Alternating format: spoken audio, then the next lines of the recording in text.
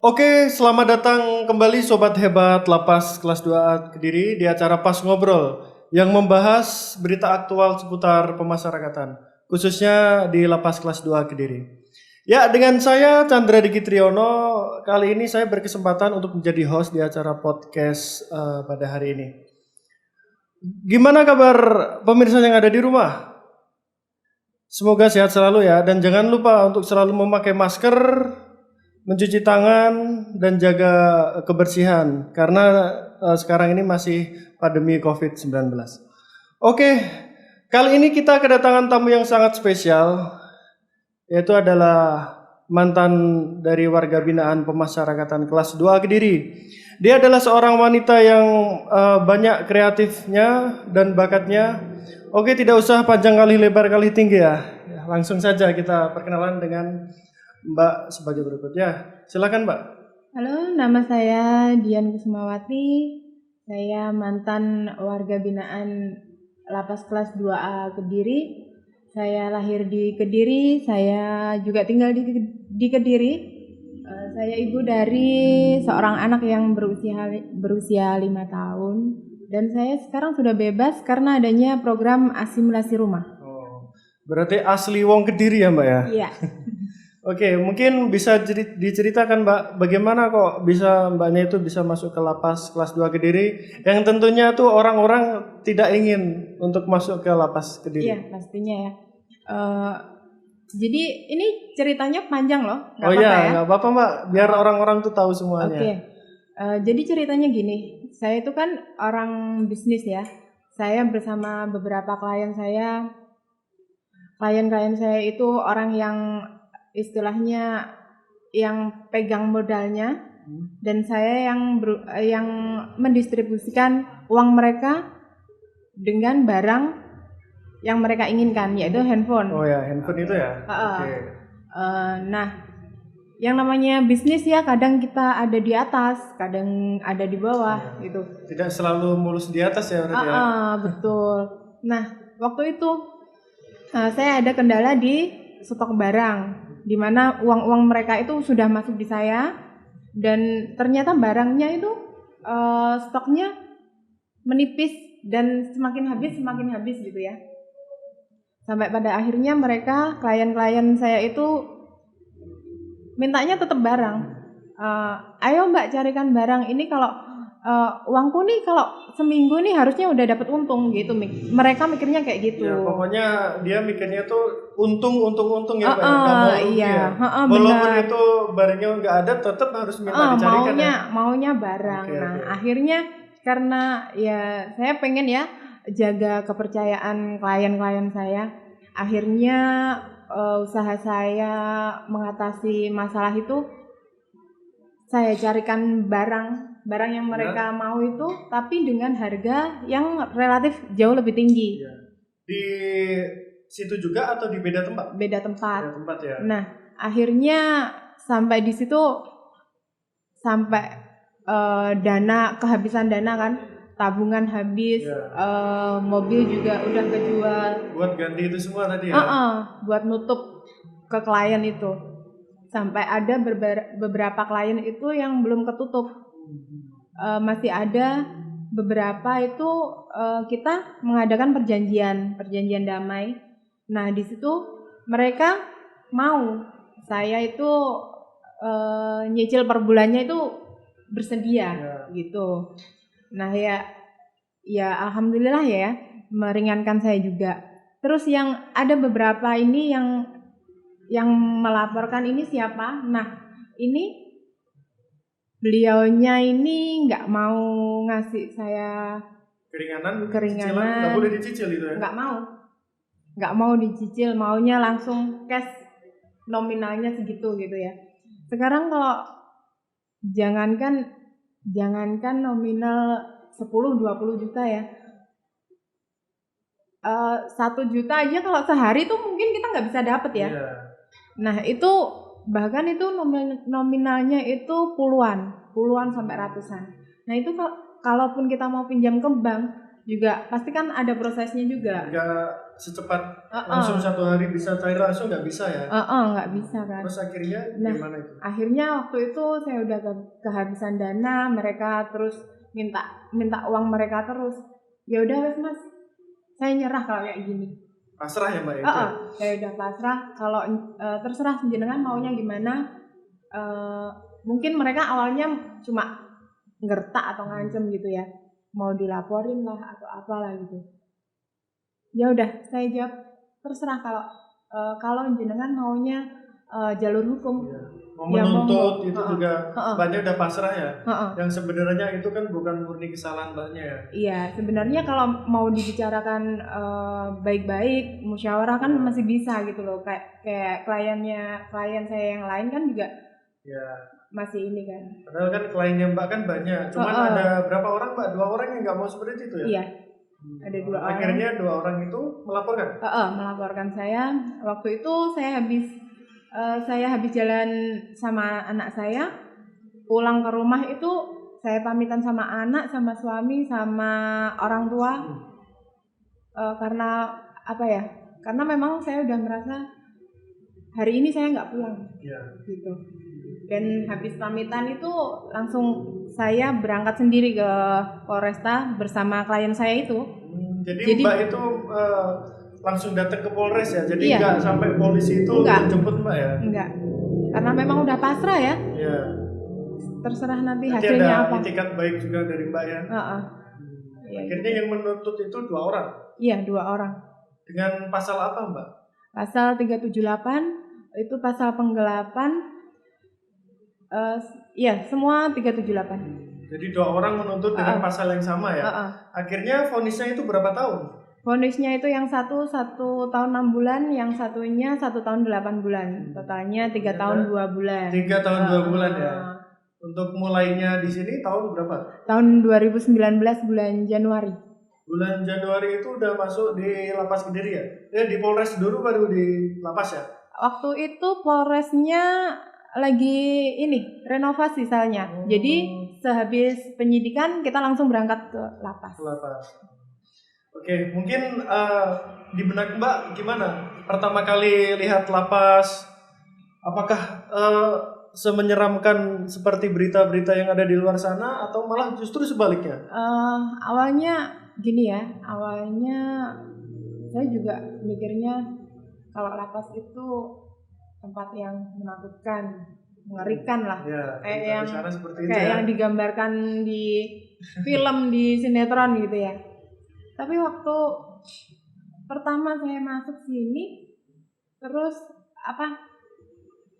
sambutan dari teman-teman warga binaan wanita itu baik sekali. Nggak ada yang jahat, nggak ada yang usil, nggak ada yang jahil, nggak ada. Dari petugasnya mungkin juga ramah-ramah atau serem-serem wajahnya? Enggak, lucu malahan. Lucu ya? Ya Lapas Kediri itu kayaknya emang ganteng-ganteng, cantik-cantik Mbak, baik-baik tentunya. Iya, kalau petugasnya itu semua ramah, semua baik. Ya alhamdulillah selama berada di Lapas itu saya nggak pernah bermasalah sama teman, sama petugas juga nggak pernah. Iya, karena kelakuan atau perbuatan di Lapas itu juga mempengaruhi tentang kayak asimilasi yang tadi Mbak kan keluar tadi bebas karena bantuan dari asimilasi ya. Iya. Ya gitu. Terus mungkin apakah ada penindasan atau kekerasan? Nggak ada sama sekali ya berarti ya di situ ya? Sama sekali nggak ada. Terus mungkin apa sih yang dikerjakan di Lapas Mbak? Pembinaan mungkin atau dan lain sebagainya? Di sini banyak sekali ini ya pembinaan ya. Pelatihan yang saya dapatkan itu banyak sekali. Kesenian ada, terus tenun, rohani juga ada ya? Ada semua. Terus pelatihan boga ada juga. Saya tuh dari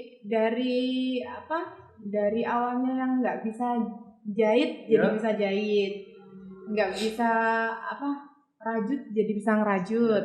Keren sekali ya berarti ya. Terus jenis-jenis masakan, jenis-jenis itu jadi banyak tips-tips trik yang yang saya awalnya nggak tahu tuh jadi tahu. Jadi tahu. Karena memang di lapas itu banyak pelatihan ya, seperti yang Mbak sebutkan tadi. Masak salah satu contohnya. Terus mungkin dari pembinaan kesenian ada Mbak ikut mungkin nyanyi dan lain sebagainya. Iya. Ikut ya itu ya. Terus selain itu tadi jahit ya. Jahit itu yang melatih itu dari pegawai atau dari pihak ketiga? Waktu itu jahit tuh karena adanya ini COVID ini ya. Jadi kita di pelatihannya tuh bikin masker. Jadi ada beberapa warga binaan yang sudah bisa gitu, terus ngajarin temannya yang lain gitu. Untuk membuat masker itu ya. Dan akhirnya saya bisa juga bikinnya. Gitu. Tentunya itu buat bekal nanti Mbak kalau udah bebas ya. Seperti sekarang ini ya kan kalau udah bebas. Iya. Ya ada beberapa yang saya terapkan juga sih karena adik-adik saya itu kan sekolahnya di Boga ya. Di Tata Boga? Jadi kakak saya tuh buka catering. Terus adik-adik saya juga yang masak adik-adik saya. Jadi trik-trik yang saya dapat di sini di lapas ini? Di sini tuh saya bagi ke adik-adik. Oh, kalau bikin kentaki biar enak, biar renyah ya. kayak di McD itu gini loh gitu. Tentunya itu diajarkan ya waktu di sini ya. Mbak bebas dari lapas karena program asimilasi itu kapan? Tahun berapa Mbak? 2020 bulan Juni. Oh baru berapa bulan yang lalu ya? 5 bulan ya? 5 bulan. Itu karena program asimilasi ya? Waktu itu dijemput sama keluarga? Iya, sama keluarga. Terus mungkin dari Mbak bebas itu pada bulan Juni, apa sih Mbak yang lakukan itu dengan ilmu yang Mbak dapat dari lapas ini? Kalau saya tetap tetap berwirausaha. Soalnya saya mikirnya kalau wirausaha itu kerja cari uang tapi nggak harus ninggalin keluarga gitu. Iya. Karena orang tua saya juga sudah sepuh semua. Terus saya juga punya anak kecil yang harus banyak didampingi ya. Gitu. Saya masih punya kafe, masih tetap jalan. Terus bantuin kakak kalau lagi ada cateringan gitu, dibantuin. Kalau jualan handphone tuh mungkin masih, tapi nggak untuk jumlah yang besar ya. Berarti sekarang mengurangi jumlahnya ya, tapi tetap usaha dengan HP itu juga ya. Tetap. Berarti banyak ya usahanya ya, mulai dari yang HP tadi, terus kafe. Kafe itu milik mbaknya sendiri ya? Iya. Kafe terus bantu saudara di catering itu. Tentunya itu juga ada bekal-bekal dari lapas ini yang Mbak dapat untuk diterapkan di luar sana ya. Iya. Kemudian untuk yang saya pernah tahu Mbak itu kreatif di bidang handcraft ya, untuk membuat bahan dan lain-lain. Waktu itu ada beberapa petugas yang dampingin saya tuh ayo coba bikin kreasi kayak bikin mahar atau sejenis itulah dari uang. Itu awalnya saya nol, nggak bisa sama sekali itu. Nggak bisa sama sekali. Akhirnya setelah nyoba satu kali, dari satu kali itu udah ada gambaran ya, yang kesalahan dari satu kreasi itu harusnya ini gini, dan sampai sekarang itu saya udah ngerjakan tiga handcraft ya, pesanan dari masyarakat di sana ya. Iya. Mungkin promosinya Mbak lewat apa itu handcraft dan lain kalau sebagainya? sementara ini langsung ke personal ya. Langsung ke personal melalui Instagram atau WA? WA. Ya alhamdulillah masih punya banyak teman. Ya. Saya mikirnya dulu kalau pulang teman-teman saya masih mau temenan nggak sih gitu. Tapi ternyata mereka welcome ya? Banget. Berarti lapas itu tidak seseram yang dibayangkan ya Mbak ya? Enggak. Bahkan teman-teman di luar sana juga masih banyak yang menerima Iya, ya. Kemudian pengalaman yang dulu itu mungkin bisa dijadikan suatu pembelajaran ya Mbak ya. Untuk dari bisnis itu harus hati-hati, lebih iya, hati-hati lagi. benar-benar hati-hati. Tuh. Apalagi kalau menyangkut uang yang nominalnya itu besar ya, Besar. harus benar-benar hati-hati. Mungkin nanti ada harapan Mbak yang ingin disampaikan? Mungkin kalau kita berbisnis atau ya itulah lebih hati-hati Lebih aja. hati-hati itu ya. Oh, okay. Kalau dulu saya mikirnya memang di jumlah Yang biar dapat banyak uang gitu ya. mikirnya kan apa namanya? Ini memperbesar omset cepet gitu. jadi omsetnya ya. Tapi kalau sekarang mikirnya nggak gitu, beda lagi. Gimana itu mikirnya sekarang? Mikirnya sekarang kebutuhannya apa aja sih? Benar-benar di manage. Kalau kebutuhan itu sudah tercover, ya udah nggak usah terlalu ngoyo gitu loh. Itu. Kemudian untuk handcraft tadi, Mbaknya bisa promosi mungkin di Instagram biar nanti pemirsa yang ada di rumah tahu ini hasil saya yang ilmunya itu saya dapat dari lapas ya gitu. Itu saran dari saya untuk Mbak Dian. Kayak cateringnya itu juga bisa dipromosikan lewat Instagram. Ini ilmu dulu yang didapat dari lapas ya, seperti itu. Kan selama ini kan promosinya melalui WA aja kan ya? Iya, WA sama Facebook. Ya. Jadi biar masyarakat tahu, oh ini loh hasil dari pembelajaran waktu di lapas Kediri. Tadi kita sudah ngobrol panjang lebar kali tinggi juga. Ya, diminum dulu Mbak, biar nggak seret nanti tenggorokannya. Kita minum dulu.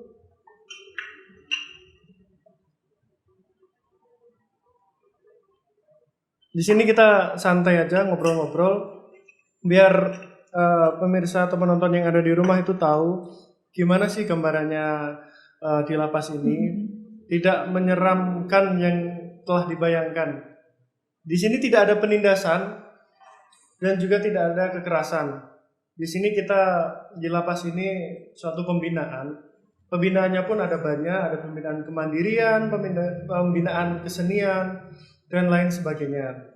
Nah, di sini tentunya narapidana itu diberikan bekal oleh petugas, yang mana bekal itu nanti untuk narapidana itu bebas nanti mau apa yang akan dilakukan, sehingga dia tidak melakukan pelanggaran yang telah diperbuat lagi. Contohnya aja Mbak Dian waktu di lapas ini mengikuti banyak pembinaan, salah satunya adalah masak, kemudian ada handcraft, ada jahit yang dulunya itu tidak didapat waktu di luar sana. Kemudian setelah bebas, ilmu itu bisa diterapkan oleh Mbak Dian untuk bekal kehidupan yang akan lebih baik lagi. Pengalaman dalam berbisnis itu harus berhati-hati kita. Jadi kita jangan melihat, oh ini omsetnya besar, kita langsung terjun di situ. Kita harus menganalisis dulu agar nantinya tidak terjadi apa yang nggak kita inginkan. Oke, Sobat Hebat Pas Ngobrol Lapas Kediri, jangan kemana-mana, ikuti terus channel YouTube Humas Lapas Kediri, dan jangan lupa aktifkan lonceng subscribe. Oke, itu dari saya. Terima kasih. Wassalamualaikum warahmatullahi wabarakatuh.